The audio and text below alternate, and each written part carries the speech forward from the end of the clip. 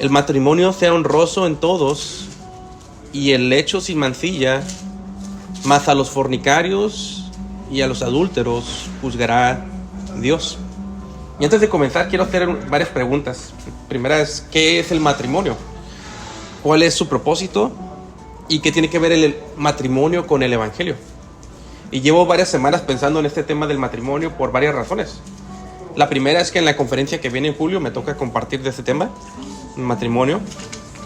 Y aquí les voy a dar un pequeño adelanto de algunas cosas que he estado meditando sobre eso para la conferencia, si Dios me permite llegar ese día. Y segundo, porque recientemente explotó el mundo reformado por un consejo pecaminoso que dio un pastor reformado. A este pastor le marcó una abuelita y le preguntó que si era lícito asistir a una boda transexual de su nieta. Y claro que esto no es una boda lícita delante de los ojos de Dios, es una actividad pecaminosa. Pero el pastor, y es un pastor reformado que predica en grandes conferencias reformadas que todos ustedes conocen, este pastor reformado le aconsejó a la abuelita pecaminosamente que asistiera a la boda transexual, que una vez más no es una boda delante de los ojos de Dios, y que no solamente asistiera, sino que llevara un regalo a esta celebración del pecado. Y claro, esto fue un consejo pecaminoso, porque no es un matrimonio delante de los ojos de Dios, sino una celebración del pecado y una abominación a Él, a Dios. Pero esto nos debería llevarnos a preguntar qué es un matrimonio según la Biblia, cuál es su propósito y qué tiene que ver con el evangelio. Hebreos 13, versículo 4, el matrimonio sea honroso en todos. En la Biblia, hermanas, el matrimonio es de suma importancia y Dios mismo lo tiene por honrado. El matrimonio es importante porque fue instituido por Dios mismo y no fue algo que fabricó el hombre de su imaginación. El matrimonio es importante porque la Biblia empieza con el matrimonio entre Adán y Eva y termina con el matrimonio entre Cristo y su iglesia. El matrimonio es importante porque es un pacto entre un hombre y una mujer delante de Dios para ser una sola carne hasta que la muerte los separe. El matrimonio es importante porque por esta razón se deja a madre y padre para unirse en esta relación de pacto y convertirse en una nueva familia. El matrimonio es importante y hermoso porque la unión es una unión que refleja la unión entre Cristo y su iglesia. El matrimonio es importante porque el marido debe amar a su esposa como Cristo amó a la iglesia. El matrimonio es importante porque la esposa debe de sujetarse a su esposo como al Señor, como la iglesia se sujeta a Cristo. El matrimonio es importante porque fue diseñado para aliviar la soledad del hombre, pues es para que el hombre no estuviera solo y encontrara ayuda idónea en su mujer. El matrimonio es importante porque es la base de la sociedad. El matrimonio es importante porque, como dice el puritano William Perkins, es el semillero de la iglesia. El matrimonio es importante porque Jesús mismo dice que lo que Dios unió no lo separe el hombre. El matrimonio es importante porque es la única relación donde Dios bendice las relaciones sexuales o la cama matrimonial. El matrimonio es importante y honroso porque Cristo mismo asistió a una boda y con su presencia santificó la ceremonia o aprobó de la ceremonia. El matrimonio es importante porque Dios mismo caminó a la primera novia al altar y la entregó a su marido. Y escuchen esta, el matrimonio es importante y hermoso porque fue instituido en el mismo paraíso, es decir, en el huerto del Edén, antes de la caída, lo cual nos habla de su gran excelencia. Hebreos 13, versículo 4, el matrimonio sea honroso en todos y el lecho sin mancha. Y lo primero que quiero que noten en nuestros textos es que Dios bendice esta unión llamada el matrimonio, pues quiere que sea honroso en todos. Y es solamente en esta unión del matrimonio entre un hombre y una mujer en donde Dios bendice las relaciones sexuales o la cama matrimonial. A esto se refiere el predicador de Hebreos cuando habla del lecho sin mancha en el versículo 4. El lecho sin mancha es otra manera de decirnos que la unión sexual entre un hombre y una mujer solo es bendecida por Dios en el pacto matrimonial y fuera de esto es una mancha o un pecado grave. Ahora noten el versículo 4 otra vez. Dice el versículo 4: el matrimonio sea honroso en todos y el hecho sin mancha, mas a los fornicarios y a los adúlteros, es decir, los que están fuera del pacto matrimonial y se unen sexualmente, juzgará Dios. Es por esta razón que hay una comparación y contraste en este versículo. Pues aquí el predicador en el versículo 4 compara la bendición de Dios en la unión sexual, en el pacto matrimonial, y la compara con las relaciones sexuales fuera del pacto matrimonial. A esto se refiere el predicador cuando dice: mas a los fornicarios y adúlteros los juzgará Dios. Estas son las relaciones fuera del pacto que Dios no bendice y juzgará. En otras palabras, las relaciones sexuales son buenas y puras solamente dentro del pacto matrimonial, y toda relación sexual fuera de esto es considerada pecado y será juzgada por Dios mismo. Hebreos 13:4: el matrimonio sea honroso en todos y el lecho sin mancha, mas a los fornicarios y a los adúlteros juzgará Dios. Ahora, con todo esto, todavía nos quedan las preguntas. ¿Qué es el matrimonio? ¿Cómo se define? ¿Cuál es su propósito? ¿Y qué tiene que ver con el Evangelio? Y para eso les voy a pedir que me acompañen a Génesis capítulo 1. Y este primer punto, solamente hice 2 puntos. El primer punto es el matrimonio como la base de la sociedad.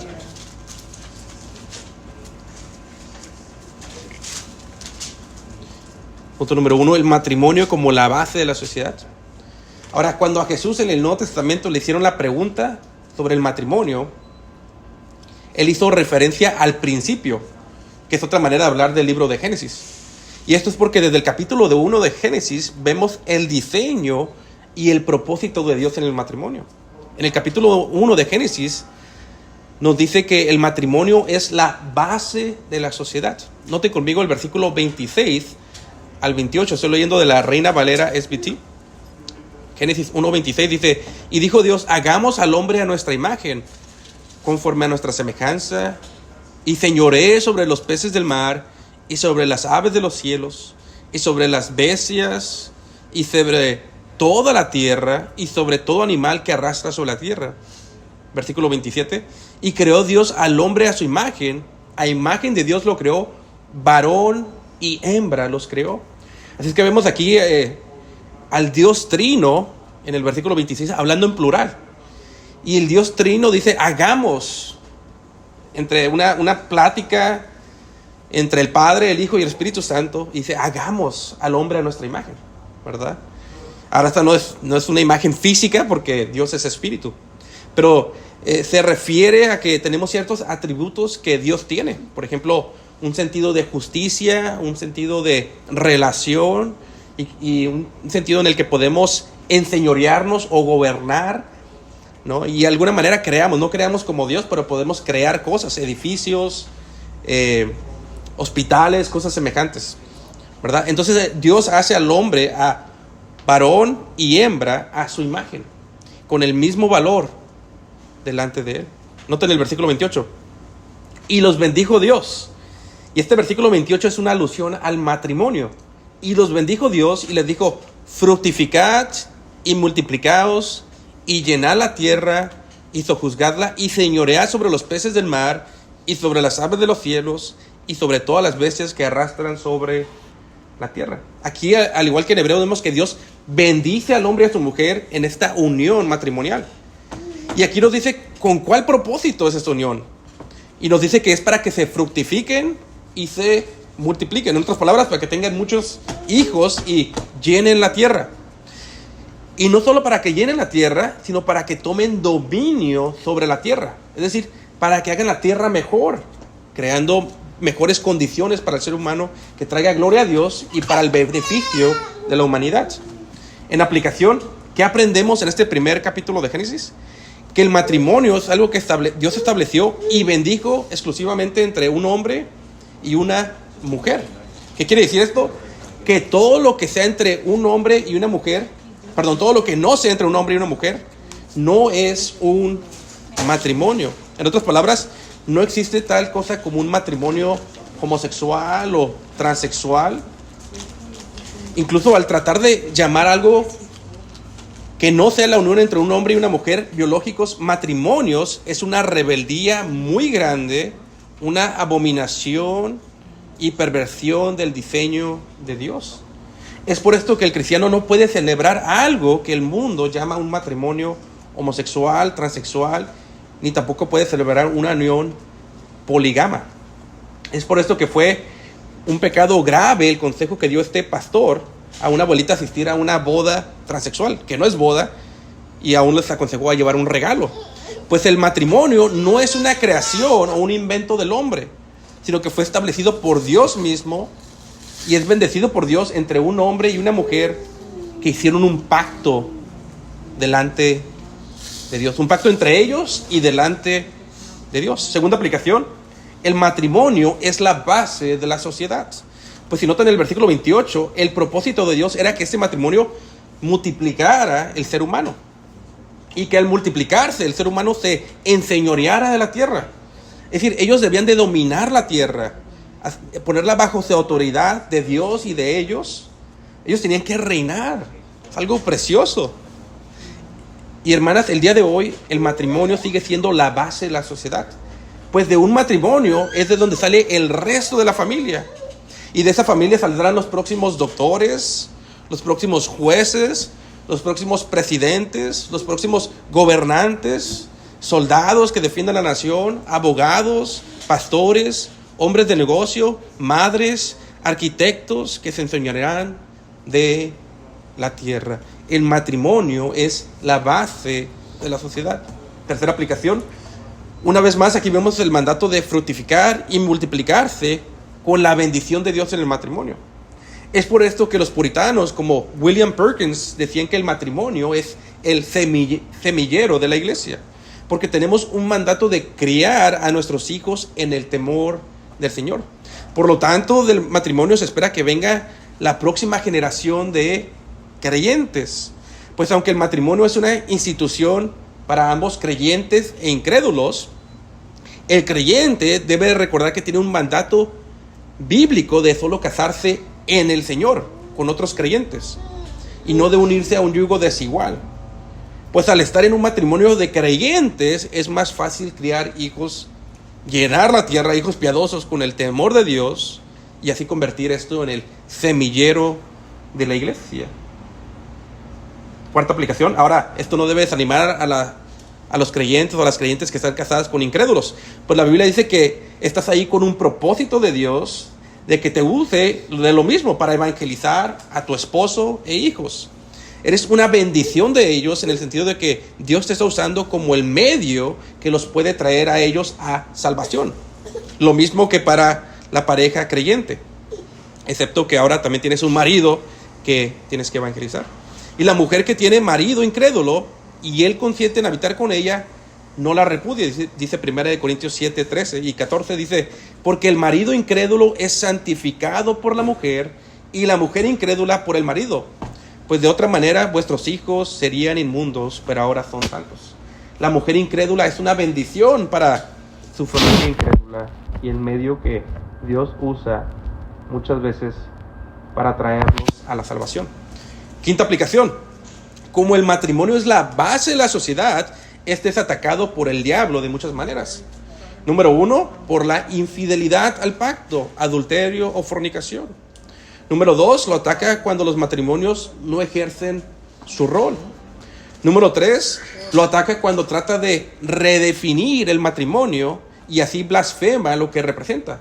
Pues este representa la unión entre Cristo y la iglesia. Y al atacarlo, como es la base de la sociedad, afecta la sociedad entera. Y si no me creen, nomás miren la sociedad en la que vivimos. Una sociedad inmoral, porque se ha redefinido el matrimonio por el hombre. Pero esta es una institución que le pertenece a Dios y no el hombre, y por lo tanto el hombre no tiene derecho de redefinirlo. Y se podría decir que todo lo que sucede en esta sociedad pecaminosamente está relacionado a malos matrimonios y malas familias que no criaron a hijos en el temor del Señor.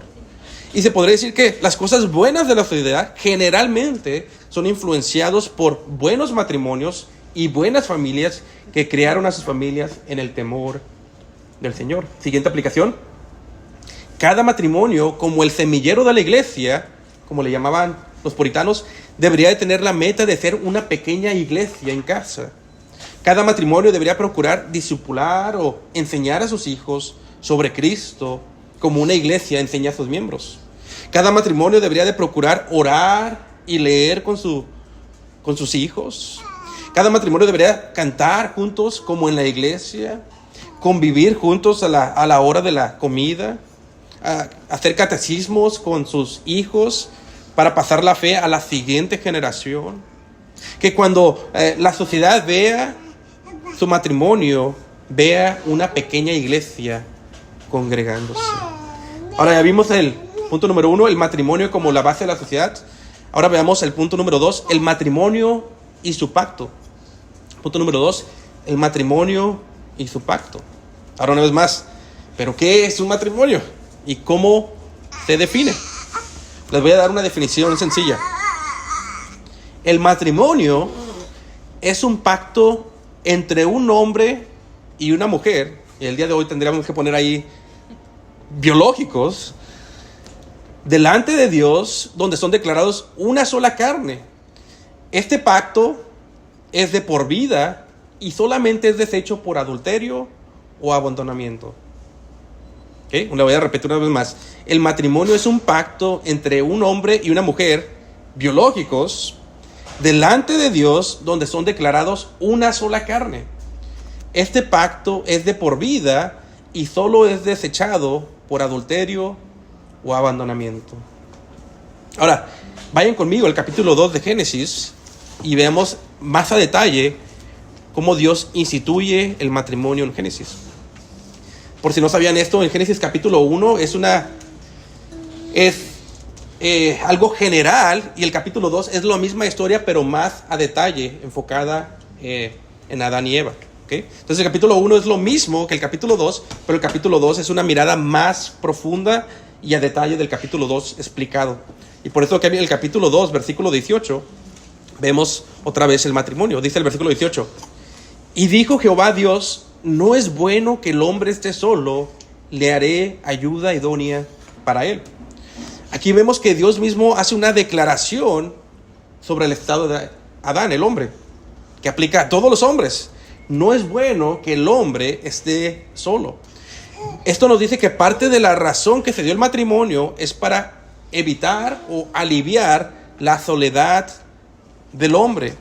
La mujer sería creada al imago Dei para complementar al hombre y para que fuera su compañera en esta unión bendecida por Dios. Primera aplicación. Como aplicación, como decían los puritanos, el matrimonio fue instituido en el paraíso porque es un pedacito del cielo, mientras más refleja el modelo bíblico. Incluso el estar en matrimonio es un estado mejor que estar soltero, porque este es el diseño original de Dios, claro, con la excepción de alguien que tenga el don de continencia o ya pasó la edad, ¿verdad? Pero esa no es la regla general. La regla general debe de ser el matrimonio. Segunda aplicación, a través de la historia de la iglesia, a veces la iglesia ha errado y ha creído que quedarte soltero es más piadoso que el matrimonio. Y esto no es cierto, sino como la Biblia dice, el matrimonio y las relaciones sexuales dentro de él son honrosos delante de Dios. Note conmigo el versículo 19 y 20. Y Jehová Dios formó de la tierra todo animal del campo y toda ave de los cielos, y los trajo a Adán para que viera cómo los había de llamar. Y todo nombre con que Adán llamó a los seres vivientes, ese es su nombre. Y puso a Adán sobre a toda bestia y a toda ave de los cielos y a todo animal del campo, mas para Adán no se halló ayuda que fuera idónea para él. En el versículo 20 vemos que solamente la mujer sería la ayuda idónea para Adán, ¿verdad? Todavía no era creada. Lo vemos su creación en el versículo 21 y 22. Y Jehová Dios hizo caer un sueño profundo sobre Adán y se quedó dormido. Entonces tomó una de sus costillas y cerró la carne en su lugar. Y de la costilla que Jehová Dios tomó, del hombre hizo una mujer y la trajo al hombre. Dios hace a la mujer de una costilla de Adán, y la mujer aquí vemos que fue creada al igual que el hombre, en valor, al imago de, con el propósito de complementarlo y ayudarlo a llenar la tierra y sujetarla. Y claro, el hombre debe de ser el líder del hogar, no duro en su forma de liderar, sino amar a esa mujer como Cristo amó a la iglesia, entregándose a sí mismo por ella hasta la muerte. Y aquí vemos que Dios mismo trae a Eva, a la primer mujer, al hombre, Adán. En otras palabras, estamos viendo la primera ceremonia de bodas. Ahora, en aplicación, estoy seguro que casi nadie piensa en por qué se hace lo que se hace en una ceremonia de bodas. ¿Alguien sabe por qué el padre es quien entrega a la novia? Bueno, porque aquí vemos que Dios fue el primero que entregó a la novia, ¿verdad? Y el padre, el hombre de la novia, es el líder o el jefe de casa, y por esto él es quien tiene la responsabilidad de cuidar a la novia hasta que sea entregada en el altar y se case. Al igual que Dios mismo entregó a la primera novia, Eva. Noten el versículo 23. Y dijo Adán: esto es ahora hueso de mis huesos y carne de mi carne. Esta será llamada varona, porque del varón fue tomada. Aquí vemos la unidad que habría en esta relación matrimonial. Pues Adán y Eva, Adán ve a Eva y básicamente hace el primer poema del ser humano. Le dice: tú eres hueso de mis huesos y carne de mi carne. Una vez más, la razón por la cual el matrimonio es tan importante es porque representa la unión entre Cristo y la iglesia. Pues por medio del evangelio, nosotros, la iglesia, ahora somos carne de la carne y hueso de los huesos de Cristo. Estamos unidos a Él para siempre. Segunda aplicación, es por esta misma razón que el creyente no puede aceptar otra definición del matrimonio, como la trata de hacer el mundo el día de hoy. Porque esta representa la unión entre Cristo y su iglesia, y cualquier otra cosa es blasfemia. Una vez más, la única definición bíblica aceptable es la unión, es un pacto entre un hombre y una mujer biológicos delante de Dios para ser una sola carne hasta que la muerte los separe. Versículo 24. Por tanto, dejará el hombre a su padre y a su madre y se unirá a su mujer y serán una sola carne. Aquí vemos que el hombre y la mujer dejarían sus relaciones más íntimas a su padre y a su madre para formar su propia familia. Esta unión de pacto es de por vida.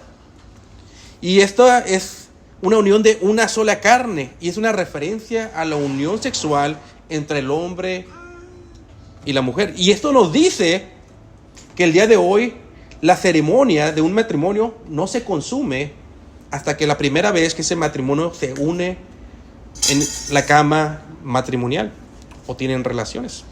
Aplicación número 1. ¿Alguien sabe por qué el ministro dice las palabras hasta que la muerte los separe después de pronunciarlos marido y mujer? La razón es que Jesús mismo dice estas palabras. Mateo 19, versículo 6 dice: así que ya no son más dos, sino una sola carne. Por tanto, lo que Dios ha unido, dice Jesús, no lo separe el hombre. Aplicación número 2. Como vimos en Hebreos, uno de los propósitos del matrimonio es para que el hombre y la mujer se puedan unir en la cama matrimonial, dentro del pacto, y evitar las fornicaciones y adulterios. Y esto viene implícito en la unión de una sola carne. Noten el versículo 25. Y estaban ambos desnudos, Adán y su mujer, y no se avergonzaban. Como aplicación, me gustaría hacer una pregunta. ¿Alguien sabe por qué Dios aborrece el divorcio? La razón por la cual Dios aborrece el divorcio es porque el matrimonio refleja la unión entre Cristo y la iglesia. Y escuchen, y Cristo jamás se divorcia de su iglesia. Es por esto que las únicas razones que se permiten para el divorcio son adulterio o abandonamiento, que es básicamente sinónimo del adulterio. Pero aún así, si un creyente o una creyente están casados con un incrédulo, no debe abandonarlo si esté consciente en vivir con él o con ella. Primera de Corintios capítulo 7. Aplicación número 2. ¿Por qué hay tanta confusión sobre el matrimonio aún dentro de la iglesia? Porque hemos olvidado una palabra clave. Hemos olvidado la palabra pacto. Hemos olvidado que no es simplemente algo entre dos personas. Es algo entre dos personas y Dios bendiciendo esa unión de por vida. Tenemos que recordar esta palabra pacto en el matrimonio. Es un pacto delante de Dios. Un pacto de por vida. Y hemos olvidado que al quebrar este pacto estamos siendo infieles a Dios mismo, pues el pacto fue hecho delante de sus ojos. Aplicación número 3. Hermanas, ¿sabían que cuando van a una boda como invitadas, eres una testiga en esa boda? Es decir, todo el que asista a una boda no es un participante pasivo, sino que estás ahí como un testigo o testiga de esa boda. Estás diciendo con tu presencia que apruebas de esa unión como una bendición de Dios. Es por esto que muchas veces el ministro se acostumbra que diga que si hay alguien que sabe algo que podría impedir tal boda. Y es por eso que tienes que tener cuidado a cada boda que asistas. Y tienes que pensar si es un matrimonio lícito delante de Dios. Por ejemplo, si alguien se divorcia y se vuelve a casar y no fue por adulterio o divorcio, tú no podrías asistir a esa boda. Porque al asistir estás siendo un testigo o testiga aprobando de esa boda. Y esa boda delante de los ojos de Dios no es una boda lícita, sino es adulterio, según Jesús y el resto de las Escrituras. Otro ejemplo, si alguien te invita a una boda homosexual o transexual, que no es boda, no podrías asistir porque estuvieras blasfemando la unión entre Cristo y la iglesia. La única razón que podrías asistir a algo que es una boda, que no es lícita, es para pararte, como han dicho otros predicadores, y decir, cuando el ministro pregunta si hay algo que pidiera la boda, y darle las razones y llamarlos al arrepentimiento. Aplicación número 4. Hermana, cuando sea difícil amar a tu esposo, debes de ponerte a pensar que hiciste un pacto delante de Dios para amar y respetar a ese hombre con el que te casaste por el resto de tu vida. Y te tienes que poner a pensar que ser infiel a tu esposo o querer el divorcio representa serle infiel a Dios mismo, pues el pacto lo hiciste delante de su presencia y Él te hará responsable por cumplirlo. Hermano, hermana y hermanos, cuando el matrimonio sea difícil, te animo a recordar que hiciste un pacto delante de Dios. Y te animo a recordar la ceremonia que viviste y cómo fuiste llevada al altar por tu padre. Y cómo prometiste amar y respetar a tu marido, séle fiel a Dios y séle fiel a tu marido. Punto número 3. Conclusiones sobre el matrimonio. Hebreos 13, versículo 4. El matrimonio sea honroso en todos y el hecho sin mancha, mas a los fornicarios y a los adúlteros juzgará Dios. Solo para resumirles algunos puntos. Primero quiero resumirles los propósitos del matrimonio. Voy a dar nomás 5 muy rápidos. Número 1, aliviar la soledad del hombre para que tenga una ayuda idónea. Número 2, la procreación de hijos para llenar el mundo, pues es la base de la sociedad. Número 3, como decía el puritano William Perkins, para ser el semillero de la iglesia. Número 4, para la unión en la cama matrimonial y para prevenir la inmoralidad sexual. Y número 5, para reflejar la unión entre Cristo y la iglesia. Segundo, déjenle resumo qué es el matrimonio. El matrimonio es un pacto entre un hombre y una mujer delante de Dios, donde son declarados una sola carne, y este pacto es de por vida y solo es deshecho por el adulterio o abandonamiento del cónyuge. Tercero, quiero recordarles que Dios odia el divorcio porque el matrimonio refleja esta unión entre Cristo y su iglesia, y Cristo jamás se divorcia de su iglesia. Cuarto, quiero exhortarlas a recordar su propia ceremonia de bodas. Recuerden que este fue un pacto delante de Dios y quiero exhortarlas a ser fieles a su pacto. Y cuando sea difícil para su carne amar a sus maridos, recuerden que este pacto fue hecho ante Dios mismo. Cuando sea difícil el matrimonio, pongan sus ojos en el matrimonio espiritual entre Cristo y la iglesia y recuerden cómo Cristo siempre le es fiel a su iglesia y imita su fidelidad. Vamos a orar.